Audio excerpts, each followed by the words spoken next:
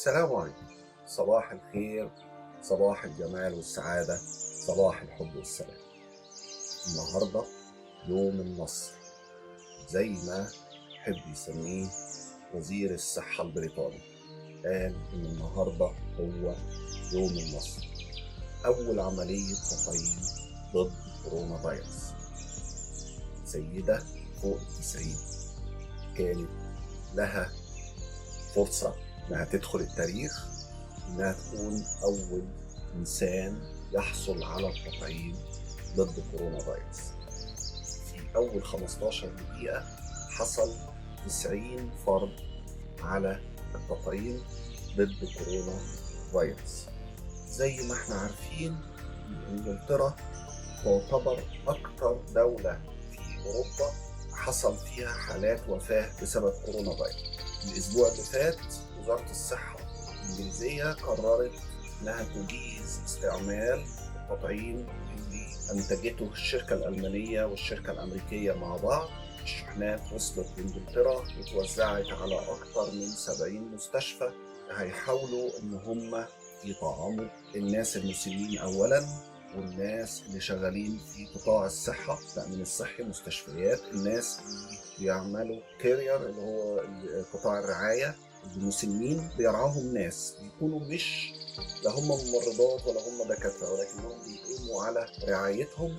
دول هيكونوا في أول ناس ممكن إن هم يحصلوا على التطعيم. في 800 ألف جرعة وزعت النهاردة، والمفروض إن النهاردة بمشيئة الله يا رب يكون أكبر عدد حصل على التطعيم. 50 مستشفى في إنجلترا، 70 مستشفى في المملكة المتحدة جملة، يعني هو كله على بعضه 70 مستشفى، من 50 وبعدين في 20 تانيين بقية المناطق اللي تابعة للمملكة هيعملوا على تطعيم الناس.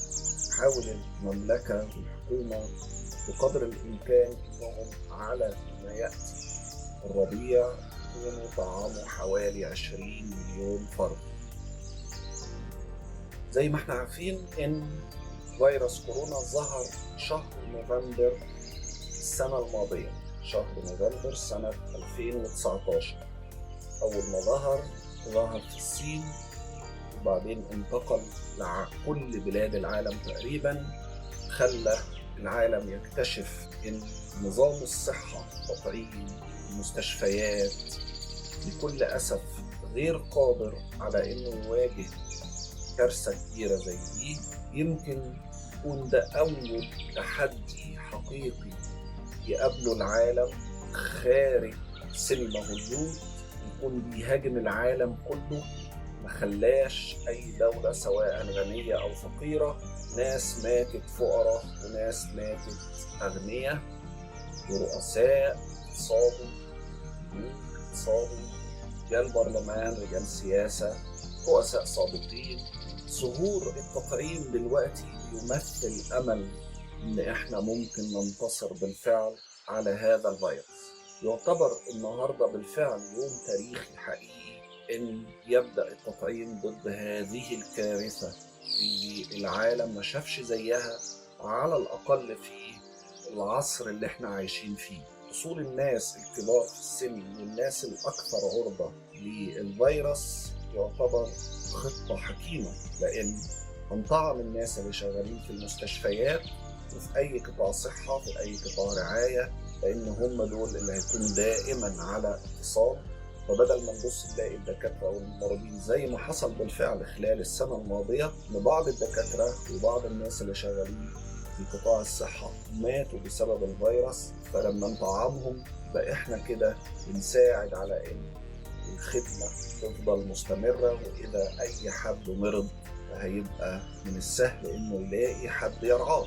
ولكن إلى الآن بنقول إن لابد الناس تتوخى الحذر. بداية التطعيم هو بداية للنصر، ولكن هي أول خطوة في خطوات النصر. كل الناس المفروض إنها تفضل متابعة للتعليمات اللي بتقولها الحكومات بتاعت بلادها. يعني لازم إنك تنفذ اللي البلد عندك بتقوله لك. لو البلد بتقول لك ما تخرجش، ما تخرج. لو البلد بتقول لك اغسل ايديك اغسل ايديك، يعني المفروض ان الناس بتغسل ايديها من غير حاجة. ولكن اذا كان التعليمات بتقول ان الناس تاخد بالها من حاجة معينة، الناس ما تبقاش على اتصال شديد قابلين أول بعض وملامسين لبعض وعمالين يحضنوا في بعض ويبوسوا في بعض، بلاش. يبقى خلاص خلينا يا جماعة نلتزم شوية وهتعدي إن شاء الله الأزمة. وعدت سنة بالفعل، كانت سنة صعبة قوي، ولكن أهو الحمد لله عدت، وبدأ النتيجة بوصول لحل، بدأت تبان أهو. بداية التطعيم هو إن شاء الله هيخلي معدل انتشار المرض هيكون أقل بكتير جدا، وبالتالي هتبقى معدل العدوى كمان أقل. ولكن الشخص اللي لسه ما حصلش على التطعيم من المفروض إنه يخلي باله. الشخص اللي ممكن إنه يحتاج إنه يشتغل في جماعة، يعني مثلا زي مدرس في الفصل، دكتور في الجامعة، أي حد المفروض إنه هيقابل ناس بعدد، المفروض إنه ينفذ تعليمات الأمن والسلامة علشان يقلل معدل العدوى. بعض الناس بتقول يا عم خليها على الله، ما هو احنا طبعا مخلينها على الله، ما بنقولش حاجة، ولكن يعني حتى وانت مخليها على الله من المفروض انك تاخد بالك ان صحتك امانة، وان انت تحافظ على صحتك علشان ربنا يسألك عنها. ده شيء. الشيء التاني ان ممكن انت تكون شاب صغير وصحتك كويسة وتقدر ان جسمك يتغلب على الإصابة لو حصل ان البني ادم اتعدى. انا راجل صغير في السن، لما يحصل جسمي ياخد الفيروس فجسمي هيقدر انه يتعامل معاه ومش هيحصل لي حاجة. ولكن ممكن انت وانت ماشي تنقل الفيروس لحد تاني سواء قريب منك او ما تعرفوش، وهذا الشخص يكون هذا الشخص كبير في السن، او يكون عنده مرض حالته الصحية لا تسمح له بانه يتحمل مقاومة المرض. وبالتالي لما انت بتاخد بالك من نفسك، هو مش خوف منك ولا جبن. لما انا باخد بالي من نفسي مش خوف مني ولا جبن. لما حد بينفذ تعليمات الصحة اللي بتقول له ما تختلطش، ما تعملش كذا، ما تعملش كذا، ده ما فيهوش اي نوع من الجبن او الخوف او ان احنا خايفين من الموت او ان احنا عايزين نخلد فيها، أو يعني بالعكس. ياما ناس يعني زهقانين من الدنيا خالص ونفسهم ان هم يروحوا عالم البرزخ. ولكن المحافظة هنا مش بس انك بتحافظ على نفسك، ولكن انت ممكن تنقل العدوى لشخص تاني، وهذا الشخص يبقى كأنك انت كده تسببت في وفاة. ناخد بالنا قوي من الموضوع ده. بداية التطعيم الحمد لله رب العالمين، الحمد لله رب العالمين، الحمد لله رب العالمين إن التطعيم ظهر، وإن الحكومات بدأت تجيزه وبدأت تستخدمه. في أصوات تانية هتقول إن ما احنا مش عارفين هل التطعيم ده له آثار جانبية ولا لأ، هل التطعيم ده هيكون كافي ولا لأ. طبعا الدراسات اللي اتعملت بتقول إنه على الأقل هو أفضل ما هو في إيدينا دلوقتي، ومش هنعرف العيوب اللي الناس خايفة منها قوي إلا لما نطبق العلاج على ناس. يعني إيه؟ يعني إحنا عملنا التجارب اللي كلها اللي ممكن إنها تتعمل في المعامل، وفي خلاص اتعملت كل التجارب، والتجارب قالت إن ممكن ده يحمي من الفيروس، والتجارب قالت إن شاء الله ما فيهوش أي ضرر لصحة البني آدم اللي هياخده. هتفضل انت متشكك، هيفضل شخص ما متشكك وعمال يشككك في المفروض ان هيحصل انك هتاخد التطعيم، وبعدين يا عم ده انت ممكن تمرض بحاجة تانية، هتاخد التطعيم وتبقى مش هتقدر تعرف النتيجة الا اذا بدأنا نطبق هذا العلاج على الناس. لابد ان التطعيم ده يتطبق على الناس ونبدأ نشوف النتيجة بتاعته هل هي 100% ولا لا.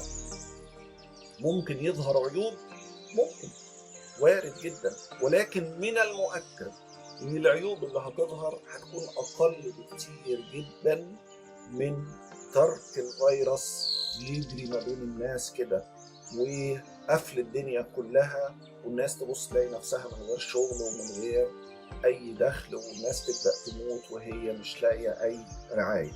علشان كده كان محاولة تطعيم الناس هي أفضل وسيلة دلوقتي.